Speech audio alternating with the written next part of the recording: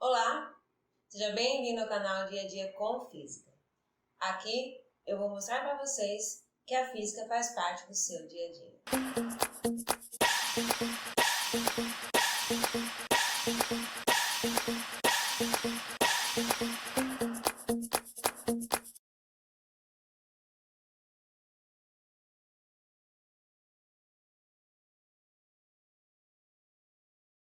O assunto de hoje é magnetismo.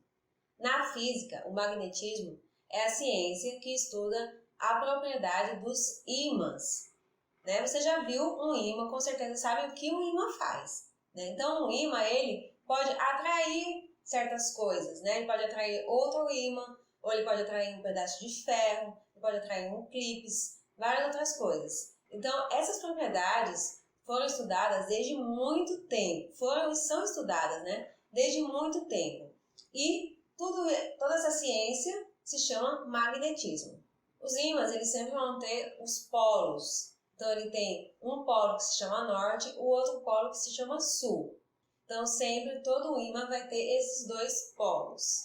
E os polos são indivisíveis, ou seja, não existem ímãs que sejam monopolos. Eu não consigo isolar só o polo norte ou só o polo sul. Então, se eu cortar o ímã, então novamente eu vou ter polo norte e polo sul em um pedaço e polo norte e polo sul em outro pedaço, como vocês estão vendo aqui na figura. Lembra das cargas elétricas, A gente viu que cargas elétricas iguais se repelem. Cargas elétricas diferentes se atraem. Se vocês não viram esse vídeo, vou deixar aqui para vocês verem lá depois. A mesma coisa acontece com os polos magnéticos. Então, os polos magnéticos iguais se repelem. Então, norte com norte e sul com sul vai se repelir, vai se afastar. E polos magnéticos diferentes vão se atrair. Então, norte com sul ou sul com norte vão se atrair. Então, como que acontece o magnetismo? Por que acontece o magnetismo? Na verdade, o magnetismo ele vai ter a mesma origem da eletricidade. Então, por isso que às vezes você pode ter ouvido já falar em eletromagnetismo. Porque essas duas ciências elas têm a mesma origem. Então, elas passaram a ser estudadas em forma conjunta. Então, qual é essa origem? É a carga elétrica. Qual é a diferença? A diferença é que para o magnetismo acontecer, a carga elétrica tem que estar em movimento. A gente viu que quando a carga elétrica está em movimento, ela gera o quê? Gera corrente. A gente viu nessa aula aqui. Então, se ela gera corrente, a geração de corrente pode gerar magnetismo. E assim como nós vimos as formas de eletrização, também existem as formas de magnetização, que também podem ser chamadas de imantação. Imantar ou magnetizar é a mesma coisa. Então, existem três formas, que uma delas é a indução magnética, a outra é o atrito e a outra é por corrente elétrica. Então, quando as cargas elétricas elas estão em movimento, elas podem gerar um campo magnético.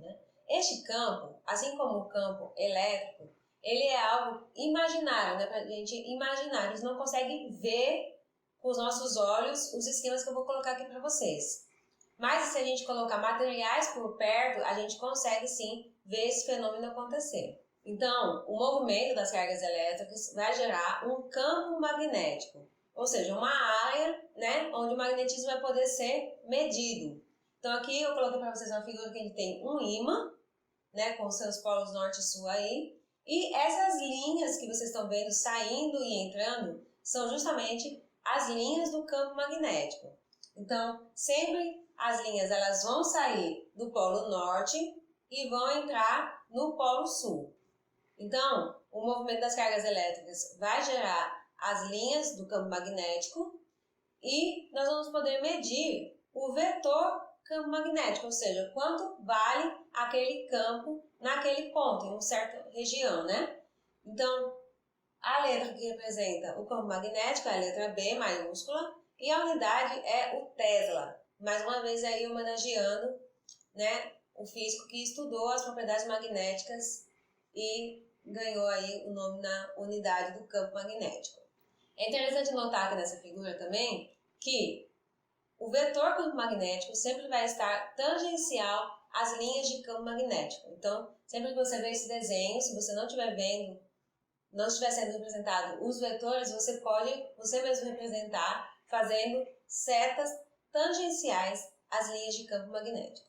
E nós vivemos num ímã, isso mesmo. Vocês já ouviram falar que a Terra tem polos, né? Polo Norte e Polo Sul. Mas nós também temos, além desses polos que são geográficos, nós temos polos magnéticos. Então, a Terra, ela também tem um grande campo magnético. Esse campo magnético, ele vem sendo estudado e ainda é muito estudado. Não vou conseguir aqui entrar em detalhes com vocês, né? Teria que dar uma aula só sobre isso. Mas é interessante a gente saber que a Terra tem polos magnéticos e que como polos diferentes se atraem, então o polo norte geográfico está próximo do polo sul magnético da Terra e o polo sul geográfico está próximo do polo norte magnético da Terra. Esse assunto ele vai ter várias leis com o nome dos físicos que foram quem contribuíram, foram estudando e complementando esse assunto para chegar no que a gente sabe hoje. Então nós vamos ver alguma dessas leis aqui. Então uma delas é a lei de Ampère. A lei de Ampère ela vai explicar como que o campo se comporta na presença de uma corrente. Então para a gente entender a lei de Ampère, a gente precisa entender a regra da mão direita. Isso mesmo. Não sei se vocês já ouviram falar nessa regra, mas eu vou aqui ensinar para vocês como ela funciona. A regra da mão direita nos ajuda a ver a direção da corrente e do campo. Então, primeiro você tem que saber a direção de um deles. Então, vamos supor que você sabe a direção da corrente, né? Então, aqui nessa figura a gente vê que um fio, né, está aqui e em volta do fio nós temos um campo magnético.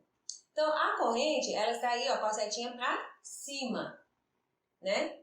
Então, vou virar aqui de lado para vocês verem melhor minha mão. A corrente está com a setinha para cima. Então, os meus quatro dedos, eles vão indicar como que vai ser este campo magnético, né? Então, se a corrente está para cima, eu vou abraçar essa área aqui com os meus quatro dedos. Então, ó, então quer dizer que a corrente está para cima e o campo magnético faz esse movimento aqui, essa direção, ok? Então, é assim que funciona a regra da mão direita. Então, eu vou mostrar aqui para vocês agora essa outra figura. É interessante que ela tem uma anotação que, se vocês não sabem, é interessante vocês saberem. Que é um pontinho, aqui tem esse pontinho verde, estão vendo?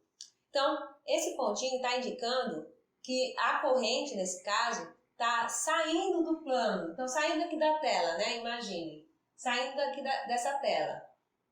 Se tivesse um X, ia indicar que ela estava entrando. Como é que vocês gravam isso? Nunca vou esquecer, o professor de física já me ensinou. Vocês gravam isso imaginando uma seta, uma flecha, né? Mais fácil, uma flecha. Então, quando a flecha está vindo na sua direção, né? Saindo em algum lugar, vindo na sua direção, você só vai enxergar, né, uma pontinha dela. Agora, quando ela está indo embora, indo para longe de você, aí você vai enxergar a ponta de trás dela, né? Que normalmente é um X. Então, vocês imaginem aí uma flecha. Então, nesse caso, está indicando que a corrente está saindo. Se a corrente está saindo, meu campo magnético, ó, abracei, ó. Então, meu campo magnético está fazendo isso aqui. Corrente saindo, campo magnético, isso aqui.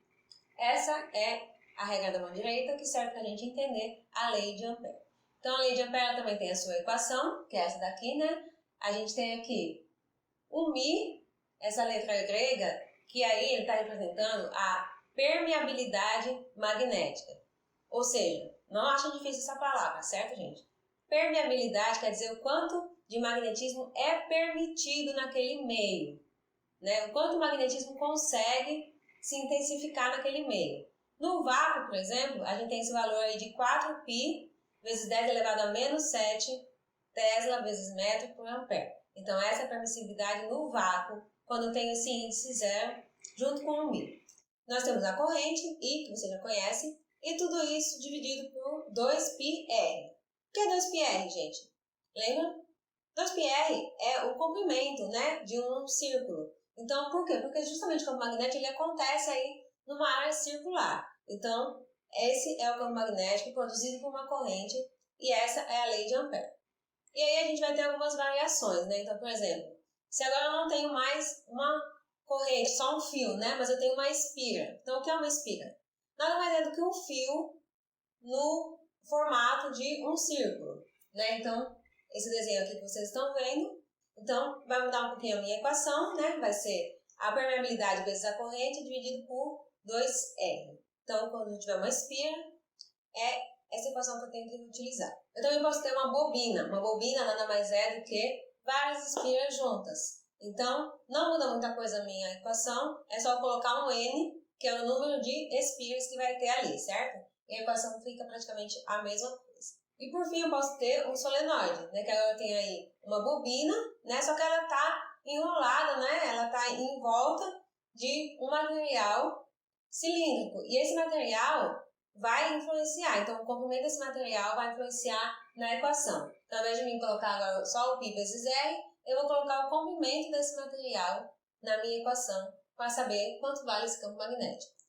Vamos ver agora como funciona a indução eletromagnética. Então, a indução ela vai estudar o fluxo magnético. E isso nos leva para a lei de Faraday. Então, sempre que você escutar sobre a lei de Faraday, você tem que lembrar de fluxo magnético. Fluxo magnético nada mais é do que o número de linhas que podem ser medidas ali em uma certa região. Então, se aqui eu tenho mais linhas, o fluxo vai ser maior. Se aqui eu tenho menos linhas de campo magnético, o fluxo vai ser menor. Então, isso é o fluxo. Então, a gente calcula pelo campo vezes a área que eu estou calculando, certo? Vezes o cosseno do ângulo entre o vetor campo magnético e o plano que você está calculando. Então, nós temos aqui diferentes planos, certo? O campo está na mesma direção nas três figuras, mas os planos vão mudando. Então, o plano ele vai ter um ângulo em relação ao campo magnético. Então, esse ângulo pode ser qualquer ângulo menor que 1, né? Ou ele pode ser igual a 1, e aí o cosseno de θ vai ser igual a 0, que é quando eles estão paralelos. E nós também podemos ter o ângulo reto, né? De 90 graus. E aí, cosseno de 90 é 0, então, nesse caso, não existe fluxo magnético. No caso do meio, onde o cosseno de θ é igual a 1, é o maior fluxo magnético que nós podemos ter naquela região, certo? Porque vocês sabem que cosseno de qualquer ângulo, né? O cosseno sempre vai de 0 a 1. É o máximo, 0 é o mínimo, 1 é o máximo. Então, quando ele é igual a 1, nós temos o fluxo máximo. Quando ele é igual a 0, nós não temos fluxo magnético. Vamos ver agora a lei de Lenz. Então, Lenz, ele foi para o caminho contrário. Enquanto todo mundo estava ali estudando como que uma corrente produzia um campo magnético, Lenz, ele quer saber se um campo magnético poderia produzir uma corrente. Então, disso surgiu a lei de Lenz. Eu vou ler aqui o enunciado da lei de Lenz com vocês. O sentido da corrente elétrica induzida. Então, a corrente elétrica induzida é aquela corrente elétrica que foi produzida pelo campo magnético, certo? Então, tinha aqui uma corrente elétrica que produziu um campo magnético.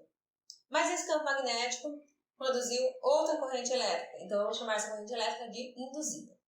Então, essa corrente, o sentido dessa corrente produz efeitos que se opõem à variação do fluxo magnético que a originou. Então, esse campo magnético aqui, ele tinha um fluxo que originou essa corrente induzida. Mas essa corrente vai ter efeitos opostos à variação desse fluxo.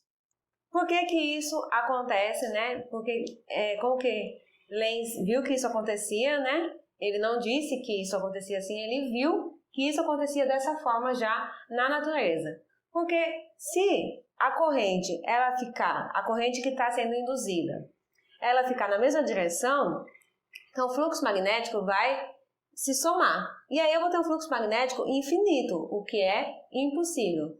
Já se a corrente ela ficar na direção contrária, o fluxo magnético ele vai se cancelando, né? Então ele vai se equilibrar. Então isso não viola a conservação da energia, né? Então o outro caso violaria. Então é isso que diz a lei de Lenz.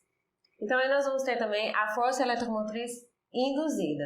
Então esse sinal negativo é justamente devido à lei de Lenz, né? Que diz que o fluxo gerado vai ser contrário ao fluxo que gerou. Então, por isso a gente tem sinal negativo. E vai ser a variação do fluxo magnético pela variação de um determinado tempo. Apesar desse nome, certo? Força eletromotriz, não é uma força, a unidade aí não vai ser o Newton, né? E sim o volts, né? Porque é uma diferença de potencial. Então, a força eletromotriz é a forma de a gente calcular a variação daquele fluxo num determinado tempo. E vai ser uma diferença de potencial. Então, agora vamos resolver nossa questão do Enem. A tecnologia de comunicação da etiqueta RFID, chamada de etiqueta inteligente, é usada há anos para rastrear gado, vagões de trens, bagagem aéreas e carros nos pedágios.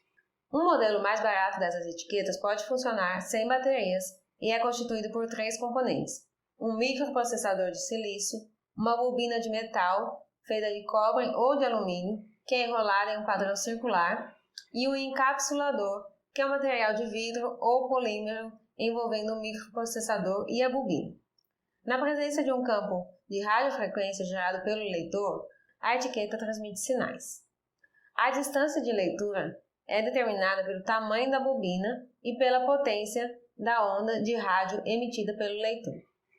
A etiqueta funciona sem pilhas porque o campo elétrico da onda de rádio agita elétrons da bobina, o campo elétrico da onda de rádio cria uma tensão na bobina, o campo magnético da onda de rádio induz corrente na bobina, o campo magnético da onda de rádio aquece os fios da bobina, ou o campo magnético da onda de rádio diminui a ressonância no interior da bobina. Então, gente, para isso funcionar sem as pilhas, ainda vai precisar de uma corrente, né? E a gente acabou de ver que tem uma coisa que é capaz de gerar uma corrente, que é o campo magnético. Então, da mesma forma que a corrente gera campo magnético, o campo magnético também pode gerar corrente. Então, por isso, a resposta correta é a letra C. O campo magnético da onda de rádio induz, né? Então, por isso a corrente induzida induz corrente na bobina. Então, letra C é a resposta correta. Bom, gente, espero que vocês tenham gostado desse vídeo. Se vocês gostaram, por favor, deixa aí um like. Se vocês não entenderam alguma coisa, pode deixar a dúvida de vocês nos comentários que eu vou responder.